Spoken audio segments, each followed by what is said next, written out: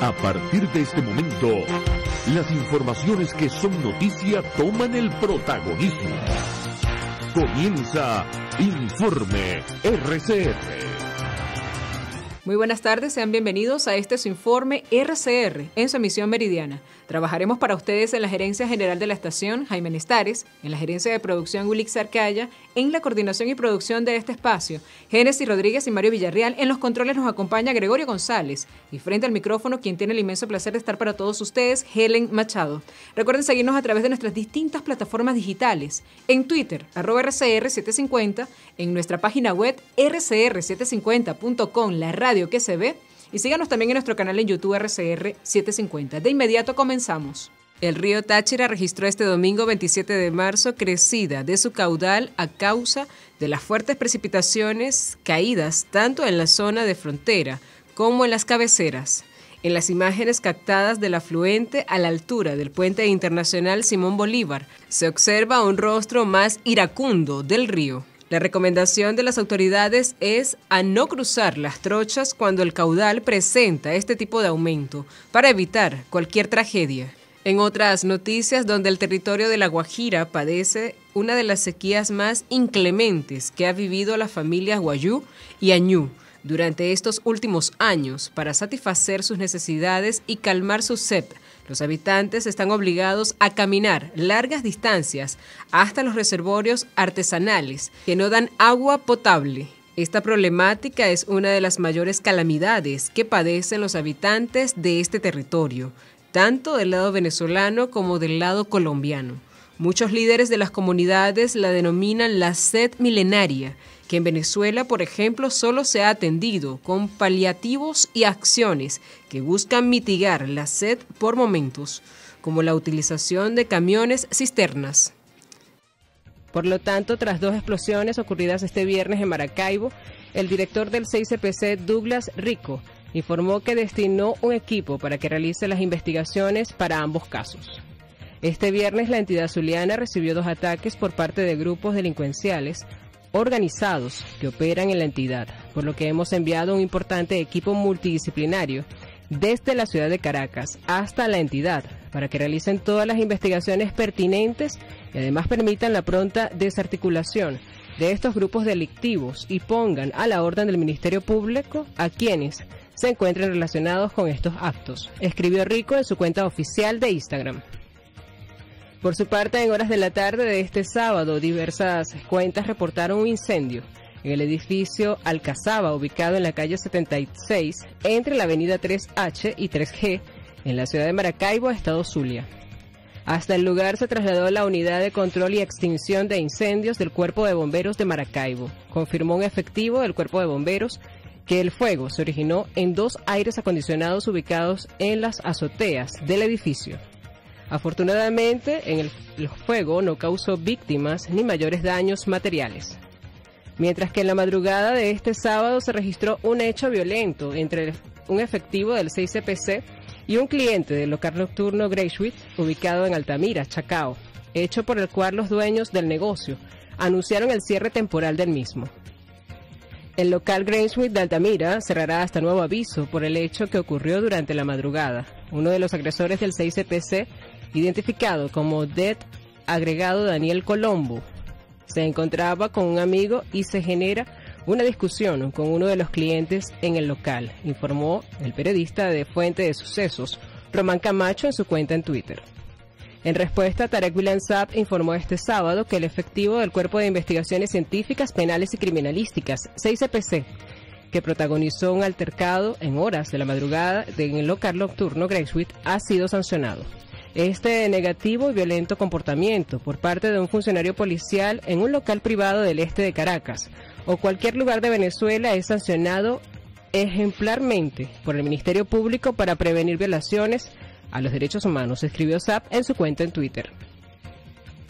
En otras informaciones, a través de un comunicado, varias comunidades y organizaciones indígenas de Venezuela se pronunciaron en solidaridad con el pueblo Yanomami en rechazo a los actos en el puesto o lo que sucedió con la Guardia Nacional, conocido como Parima B, en el estado Amazonas, por parte de efectivos militares quienes el pasado 20 de marzo, tras una supuesta discusión con pobladores, le dispararon y asesinaron a 4 indígenas y otras 3 personas fueron heridas, entre ellas un adolescente.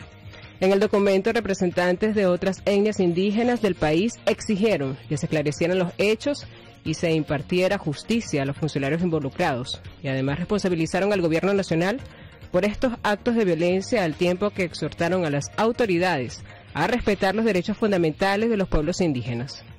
Además, alertaron a los organismos nacionales e internacionales de derechos humanos sobre los reiterados ataques que sufrieron las comunidades Yanomami y otras etnias indígenas.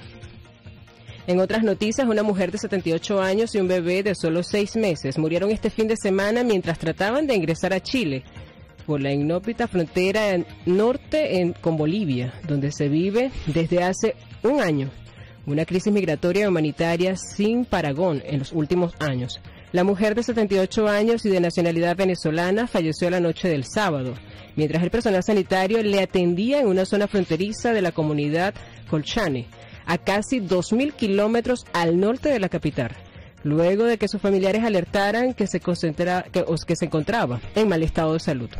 La segunda víctima es un bebé de 6 meses de nacionalidad boliviana, que falleció en otra zona de Colchane tras cruzar con su familia al agreste antiplánico.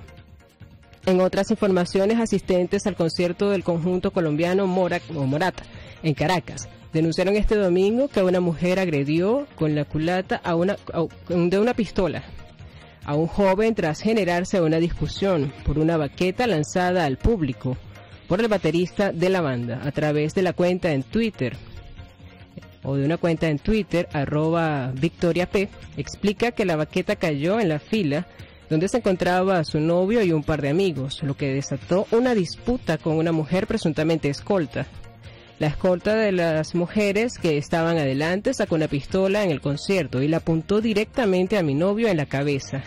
Nadie, absolutamente nadie la detuvo. Entre forrajeros, mi novio recibió 2 mordiscos, un amigo y un cachazo, y su amigo recibió un cachazo y un golpe en la cara, detalló la agredida. Además agregó que no es justo que exijan que no entres ni siquiera con un powerback y adentro haya alguien con una pistola. Estoy sumamente decepcionada con la moral por el piso y con la sensación de que nada bueno puede pasar en este país. Veamos el video de lo que sucedió.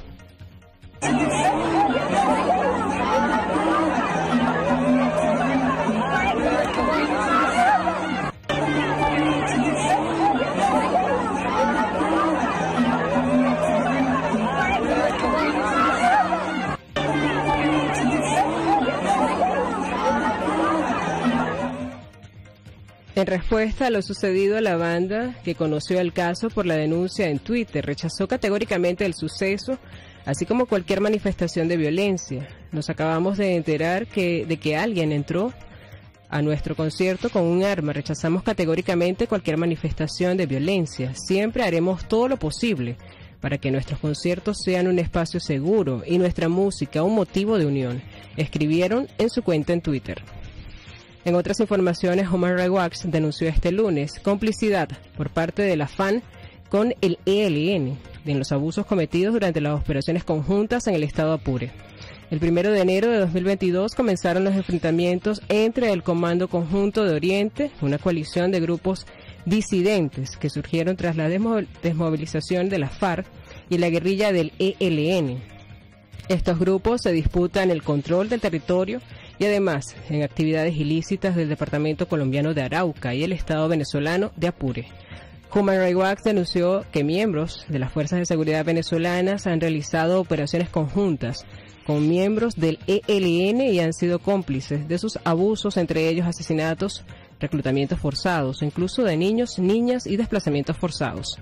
En otras noticias, falleció este sábado el periodista venezolano Pedro Niken García, hijo del abogado venezolano y ex juez de la Corte Interamericana de Derechos Humanos Pedro Niken, por causa de un infarto.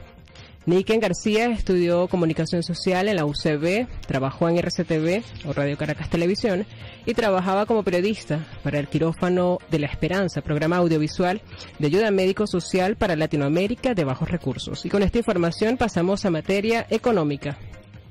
El director del Centro de Documentación y Análisis Social de la Federación Venezolana de Maestros, Sendas, Oscar Mesa, señaló que en el mes de febrero de 2022 se necesitaban más de 300 salarios mínimos para poder cubrir el costo de la canasta alimentaria familiar. Asimismo, indicó que el salario mínimo para ese mes era de 7 bolívares o 7.0 bolívares digitales, y lo lógico es que un salario mínimo permitiera adquirir la canasta alimentaria. Les estamos presentando Informe RCR, el compacto informativo de esta hora, solo por RCR 750 AM.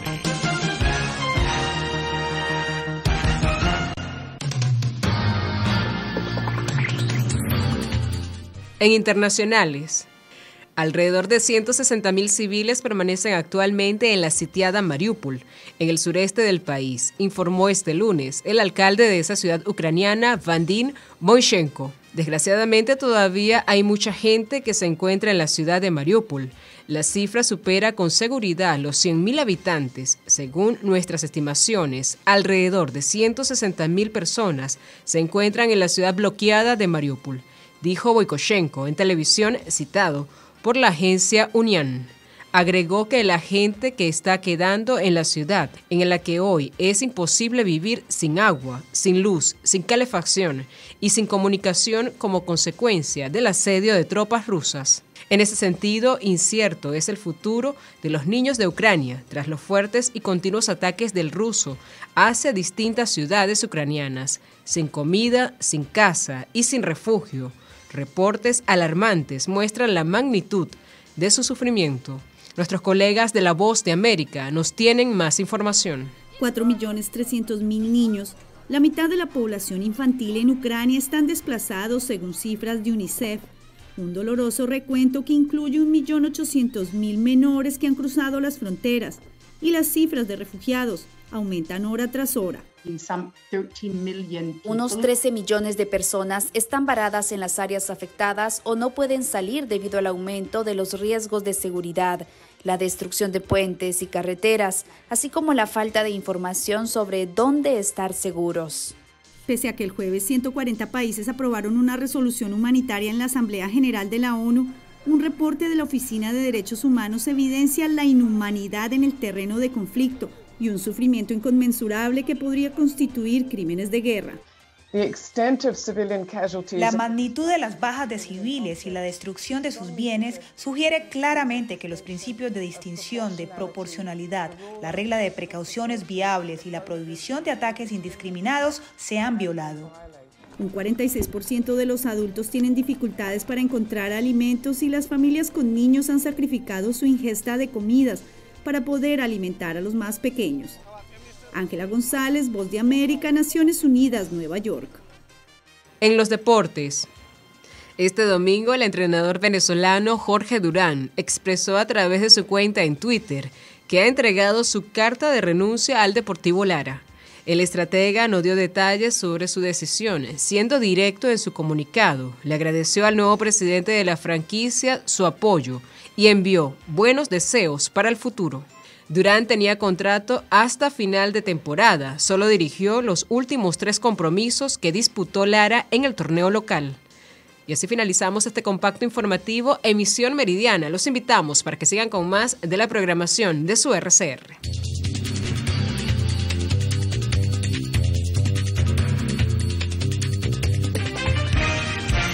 Hasta aquí este compacto noticioso.